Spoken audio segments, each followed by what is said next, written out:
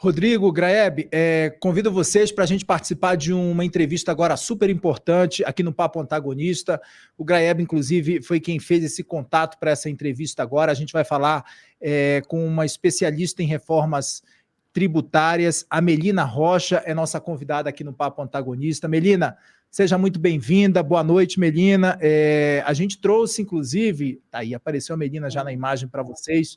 A gente trouxe, inclusive, Medina, a informação aqui no Papo Antagonista, informação do Wilson Lima, daqui de Brasília, direto de Brasília, trazendo essa informação de que o governo está estudando aí essa reforma tributária e a implementação de 2 IVAs, né? O Imposto de Valor Agregado, um IVA estadual e um IVA federal. A gente vai repercutir muito esse assunto, porque essa é uma área que você conhece bem e pode explicar para o pessoal de casa, inclusive, como poderia funcionar esses IVAs caso essa reforma tributária passe dessa forma que está sendo estudada pelo Planalto ali. Graeb, eu quero entregar para você essa entrevista, afinal de contas, você que fechou. Acho que a primeira pergunta cabe a você. Por favor, Graeb, a entrevistada é sua. Oi, Melina, tudo bem? Tudo bem, Graeb. Eu acho que a gente pode começar mesmo por esse assunto que o Kenzo levantou, né? Porque a gente já tratou dele aqui no programa, né? Tem a ideia de uma reforma que traria, em vez de um IVA só, um imposto de valor agregado, que juntasse todos os tributos sobre consumo municipais, estaduais e federais, 2, né? Então, a minha pergunta é, isso faz sentido? Tem exemplos de que isso tenha sido implementado de uma maneira bem-sucedida no mundo? Vai dar certo, né?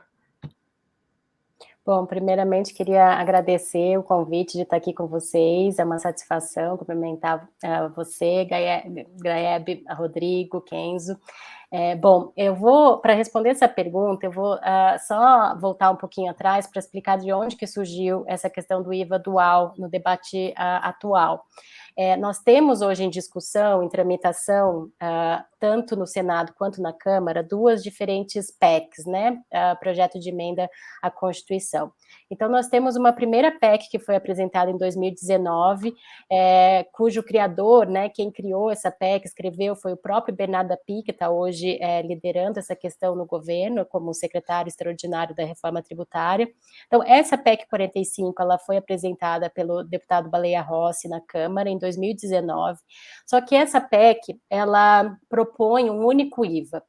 Então, é um único tributo, que se chama IBS, que vai substituir todos os tributos atuais sobre o consumo, tanto os tributos federais, PIS, COFINS, IPI, quanto o ICMS, que é um tributo estadual, quanto o ISS, que é um tributo municipal. Então, a ideia da PEC 45 era reunir todos esses tributos em um único tributo que se chama IBS, que é um tributo, como vocês apresentaram, do tipo imposto sobre o valor agregado, imposto sobre o valor adicionado, que eu posso depois explicar um pouco o que é esse tributo, esse IVA, né?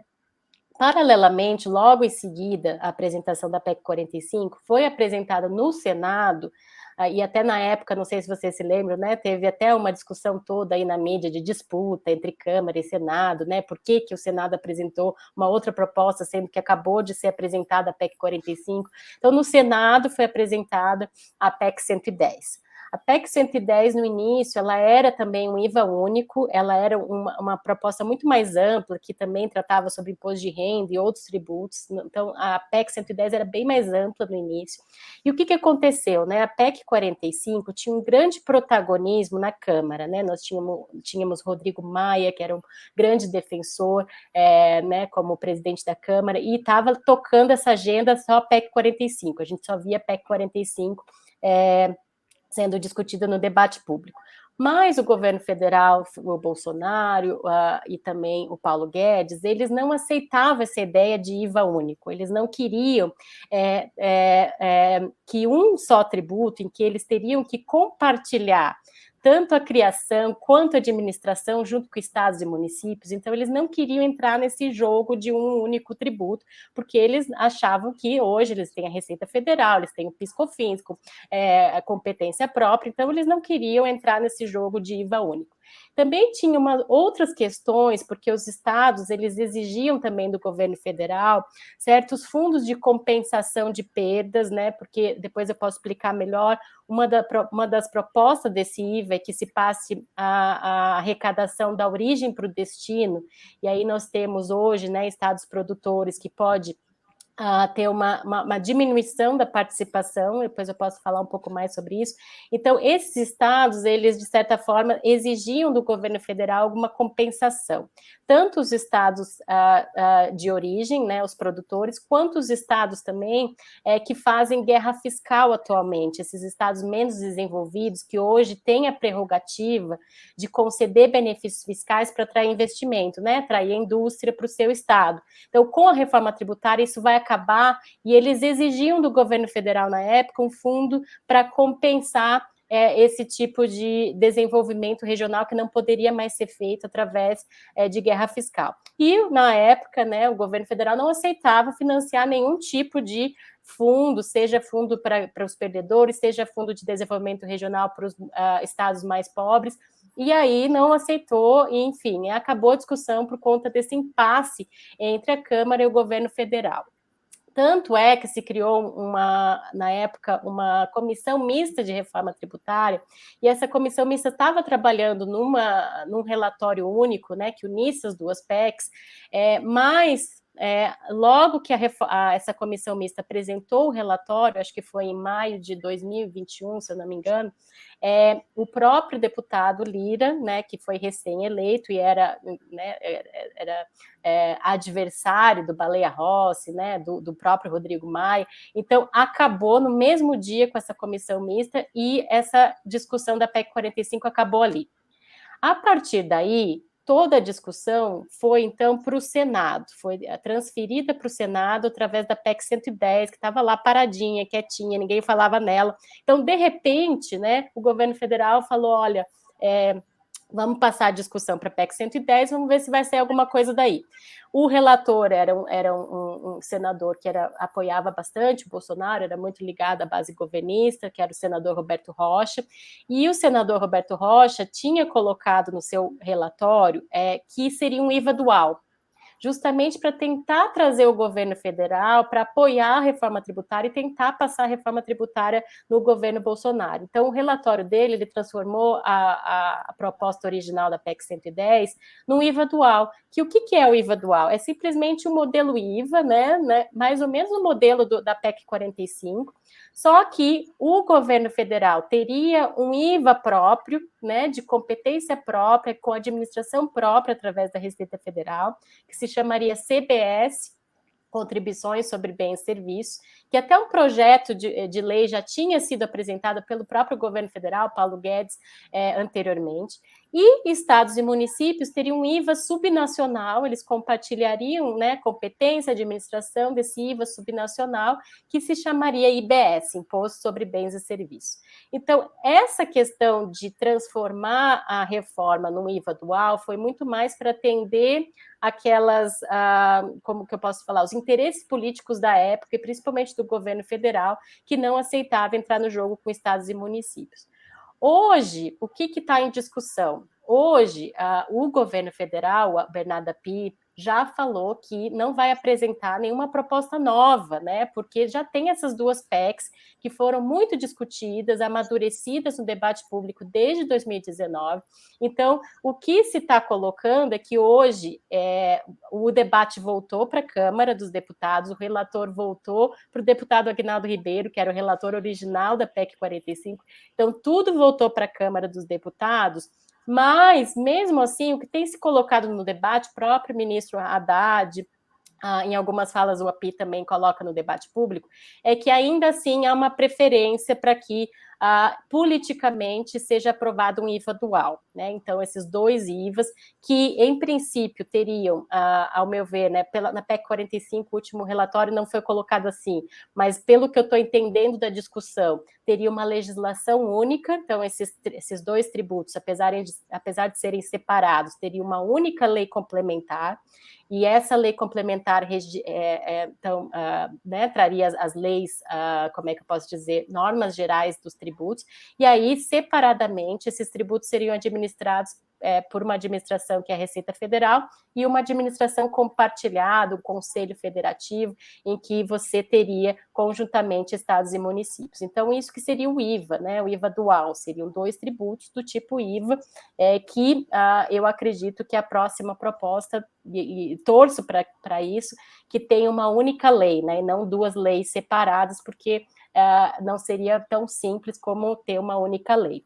Então, seria basicamente isso. Melina, o que significa ter administrações diferenciadas? Tá bom, é ótimo, se tiver uma lei só, simplifica, né?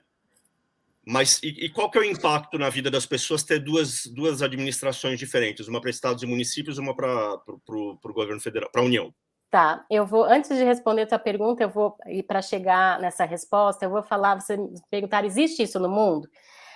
Por que está sendo proposto isso no Brasil? Bom, o IVA, né, esse Imposto sobre Valor Agregado, ele é um tributo que ele é instituído, ele existe em 174 países do mundo. Então, pela ONU, a gente tem 195 países. Então, 174 desses 195 tem IVA, ou seja, quase 90% dos países no mundo. A maioria dos países, obviamente, eles não são federações, né? A gente tem poucas federações no mundo, a gente tem só 31 federações no mundo.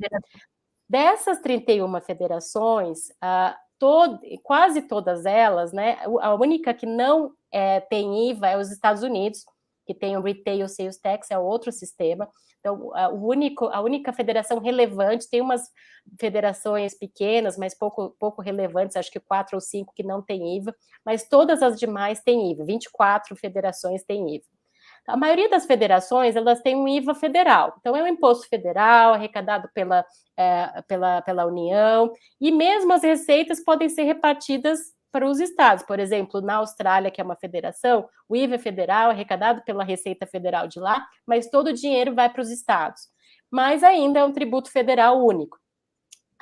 Nós temos 2 federações que são peculiares e muito parecidas com o Brasil, que é o Canadá e a Índia, que implementaram o IVA dual. E por que elas implementaram o IVA dual e por que o Brasil tem essa semelhança com relação a essas 2 federações? E, ao meu ver, eu acho que a melhor proposta para o Brasil seria o IVA dual. Porque tanto o Canadá, quanto a Índia, quanto o Brasil, se a gente olhar a Constituição desses 3 países, a Constituição dá competência para criar tributos sobre consumo de forma compartilhada, dá tanto para a União quanto para os estados. Ou seja, não é possível a União criar um tributo único da União sem que os estados também não criem, porque a Constituição dá competência para as 2 esferas de governo. Então, por conta desse arranjo constitucional, a Índia e o Canadá tiveram que adotar esse sistema diferente, que é o IVA dual, né? Então, tanto o Canadá quanto a Índia têm um IVA federal e tem um IVA dos estados ou províncias, no caso do Canadá, por conta da Constituição desses países.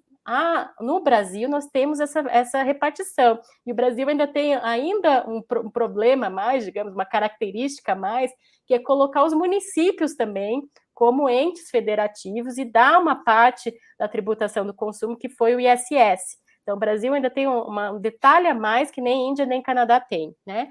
E na Índia e no Canadá se criou o IVA dual, funciona muito bem, né? No Canadá desde 1991, na Índia desde 2017, então a Índia é bem mais recente, mas vejam, funciona. A Índia principalmente passou por um período de 10 anos de discussão, justamente por conta do conflito de interesses, conflitos setoriais, mais ou menos o que a gente está passando no Brasil. A Índia tinha um modelo caótico, como a gente tem no Brasil, e conseguiram implementar o IVA dual de forma satisfatória, né? Claro que um IVA único, federal, seria melhor? Claro que seria melhor, né? Você teria só um tributo, uma administração tributária e deu. Mas, tendo em vista as características constitucionais, federativas, a gente talvez precise adaptar um pouco esse modelo IVA. E aí, essa administração compartilhada, respondendo essa tua última pergunta, seria através do que se propõe, né? Seria um conselho federativo, então esse conselho federativo teria participação de estados e municípios. Ainda não se definiu como que seria essa participação, mas provavelmente por população, seria um modelo como se fosse uma companhia aberta, uma companhia SA. Então, por exemplo, São Paulo tem tantos milhões de habitantes, então São Paulo tem tantos milhões de votos. né?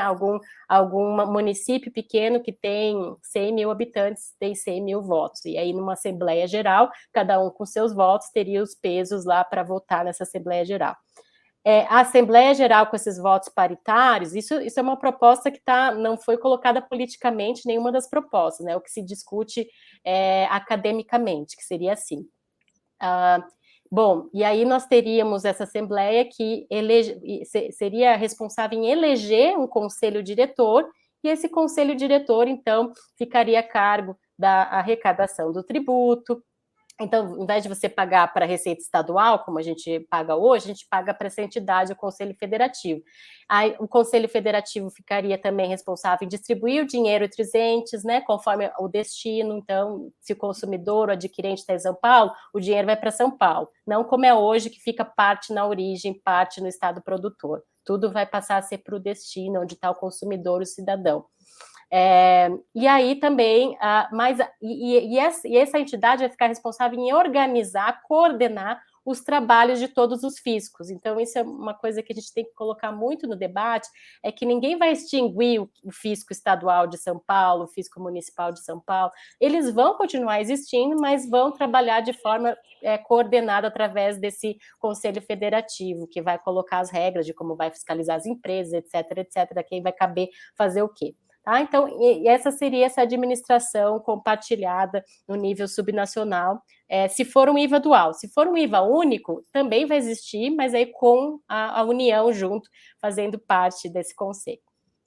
Melina, desculpa te interromper. Olha só, eu acho que é importante a gente colocar nessa conversa uma informação que chegou agora há pouco, de agora à tarde. O vice-presidente Geraldo Alckmin disse que essa reforma tributária ela vai ajudar a reduzir a taxa de juros. Na prática, pelo que você conhece dessa reforma tributária, ela reduziria de fato essa taxa de juros? Bom, para a gente explicar isso, vamos colocar o que a reforma pretende fazer, né? Hoje, nós temos em todo o mundo, a gente tributa consumo por 1 ou 2 tributos, né? No caso de IVA dual, mas é tudo IVA. É um tributo de base ampla que vai tributar bens, serviços, aluguéis, não importa se é um bem tangível, intangível, se é um software, né? Tudo, vai tributar tudo que é tipo de operação que tenha por objeto bem e serviço. Aqui no Brasil, a gente distribuiu essa base entre vários tributos diferentes. Então, nós temos um tributo que incide sobre a produção, que é o IPI, outro que incide sobre o serviço, que é o ISS. E aí cria essa fragmentação de bases, tem consequências muito importantes, muito maléficas para a nossa economia, né? Porque, primeiro, a gente tem uma disputa entre os entes. Então, por exemplo, é o caso do software, né? Em que os estados queriam tributar o software pelo ICMS. Os municípios falaram, não, o software é serviços, né? Então, os dois queriam tributar a mesma coisa, a mesma base, né? E alguns contribuintes, inclusive, pagavam 2 vezes. Então, veja, a confusão é tamanha que ninguém se entende com essa fragmentação de bases. Nós temos um grande problema também, que é cumulatividade na cadeia. O que é isso, cumulatividade? Cumulatividade é quando incide tributo sobre tributo, né? O IVA, ele é um tributo sobre o valor agregado, porque no meio da cadeia ele vai incidindo, né? Então, eu sou uma produtora de celulares, eu tenho todos os meus insumos que eu adquiro, eu vou pagar tributo sobre esses insumos, vou fazer o celular, né? Sou uma fábrica de celular e vou vender o celular para o distribuidor ou para o varejista. Quando eu vendo, vai incidir tributo nessa operação, mas tudo que eu paguei de tributo para os meus insumos, né? E assim, não só os insumos que vão ser utilizados na produção, mas desde a minha energia elétrica, desde o telefone que eu tenho que utilizar, tudo que faça parte da minha produção, da minha atividade comercial, todo esse imposto que eu paguei, eu vou me creditar. Eu vou ser devolvido pelo Estado, ou seja, eu não vou pagar nenhum tributo, né? Porque tudo que eu paguei, eu vou me creditar nas minhas vendas, e aí a minha venda, quem vai pagar o tributo é o próprio adquirente do meu produto. Então, a não cumulatividade, ela serve para desonerar o meio da cadeia e só onerar realmente o consumo, o consumidor final, porque quem não vai ter crédito ao final, né? Você compra o produto, você não pode se creditar. No Brasil, a gente tem uma cumulatividade imensa, tanto no ICMS, tanto no PIS e COFINS, a gente tem uma série de restrições que fazem com que o produtor, o comerciante, o industrial não possa se creditar de todo esse tributo que ele paga no meio da cadeia. Essa cumulatividade, ela aumenta os preços dos produtos finais, porque aí você tem tributo sobre tributo incidindo. Ele impacta na competitividade internacional dos produtos, porque quando a gente exporta, né, há toda uma discussão, não, as exportações são desoneradas, todo mundo fala, não, a exportação é desonerada, não é coisa nenhuma, no Brasil não é desonerada, porque a gente tem todo esse resíduo de tributo que ficou na cadeia, que ninguém se creditou, porque há uma restrição enorme no creditamento. Então, a gente está exportando tributo, a gente pede competitividade internacional, porque o produto dos outros países são realmente desonerados, eles têm IVA. Agora, o Brasil não, porque a gente não tem IVA, a gente tem muito tributo cumulativo e a gente está exportando tributo. Então, todas essas questões vão ter um impacto positivo na economia. Por quê? Porque ao você desonerar a cadeia, você vai diminuir o preço dos produtos, o custo dos produtos, você vai atrair investimento, porque o investimento também vai ser desonerado. Hoje, quando você adquire uma máquina, um ativo fixo, há uma série de restrições para o creditamento. Com o IVA, isso vai ser desonerado, você vai se creditar integralmente do imposto pago. Então, vai atrair investimentos e tudo isso vai fazer com que a economia cresça. Né? Então, o impacto é o crescimento da economia, porque vai ter mais, o produtor vai ter menos custo tributário, vai ter mais competitividade, vai ter mais investimento, e isso vai ter um impacto no crescimento da economia. Quando a economia cresce, todos ganham, todos vão ganhar, prestadores de serviços, quem comercializa produtos, o cidadão que vai ter mais dinheiro no bolso. Então, a questão toda é essa, né? É que você tem um impacto na economia maior do que através da manutenção dos atuais tributos sobre o consumo.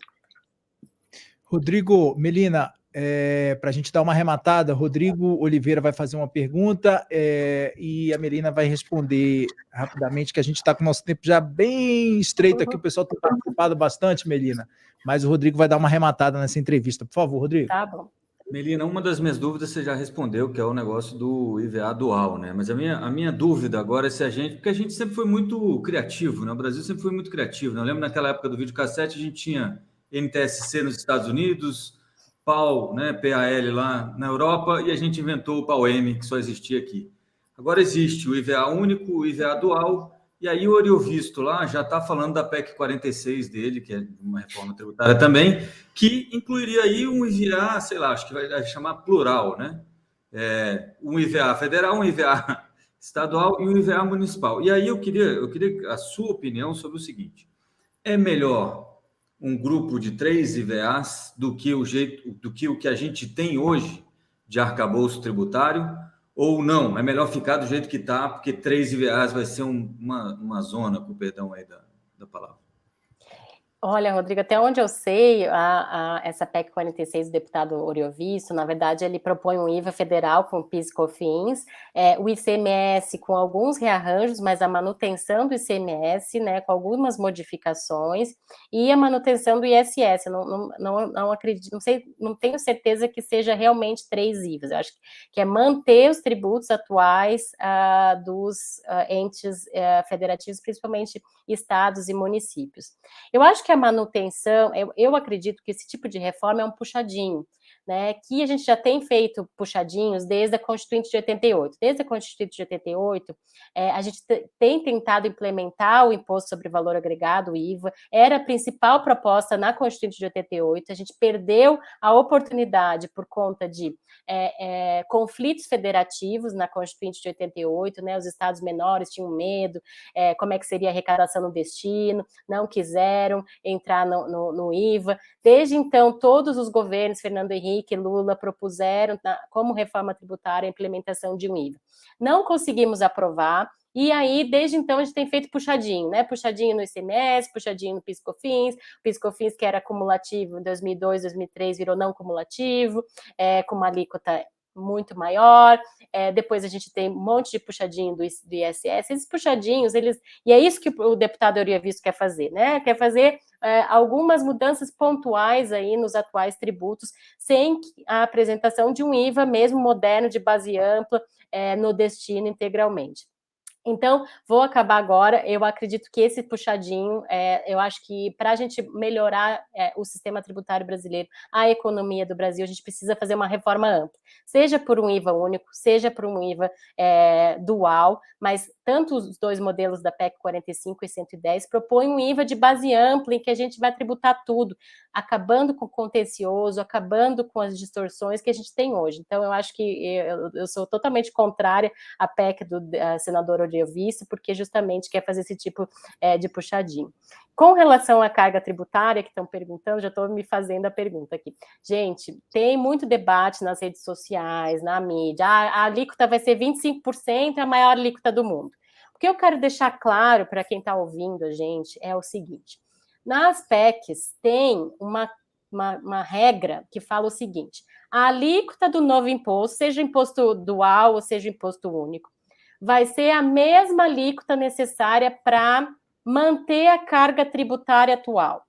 O que isso quer dizer em termos práticos? Quer dizer que a alíquota vai ser calibrada para manter o mesmo nível de arrecadação que se tem hoje com os tributos atuais. Então, se a gente tem, vamos supor, 10 bilhões, estou chutando esse número, 10 bilhões, a gente vai ter que ver qual a alíquota necessária para arrecadar esses mesmos 10 bilhões. O que quer dizer que essa regra, que vai ser uma regra constitucional, é a trava para que não haja aumento de carga tributária. Então, se a alíquota for 25%, quer dizer que essa alíquota é o que já se arrecada hoje, né? Porque a alíquota que mantém a arrecadação atual. A gente já tem uma carga tributária, mas ela é pouco transparente, né? Essa que é a questão.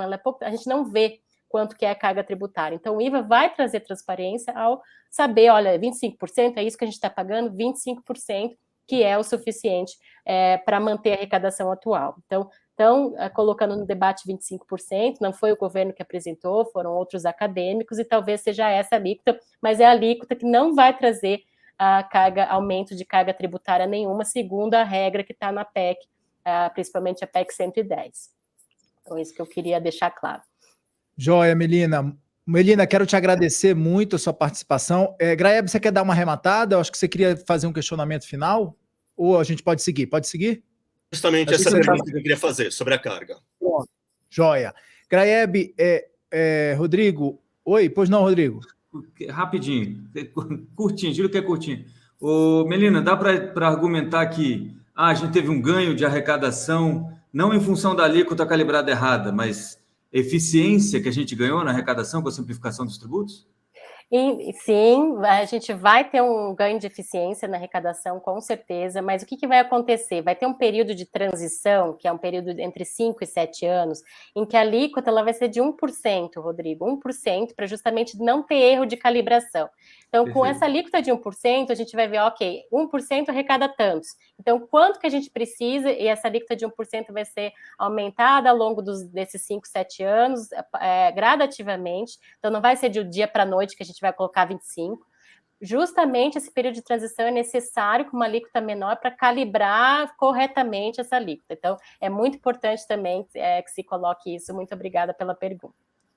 Valeu, Melina. Obrigado, Melina. Melina Rocha é economista, especialista em reformas tributárias. Melina, muitíssimo obrigado pelos esclarecimentos aqui no nosso Papo Antagonista de hoje. Portas abertas, volte sempre. É sempre muito bom debater com quem entende muito sobre esse assunto, que é um assunto muito ácido para muita gente. A gente muitas vezes se confunde nessas siglas, tem dificuldade de entender essa tributação também. Muitíssimo obrigado. Até a próxima oportunidade, tá certo? Obrigada, eu que agradeço. Obrigada a todos. Tchau, tchau. Até a próxima.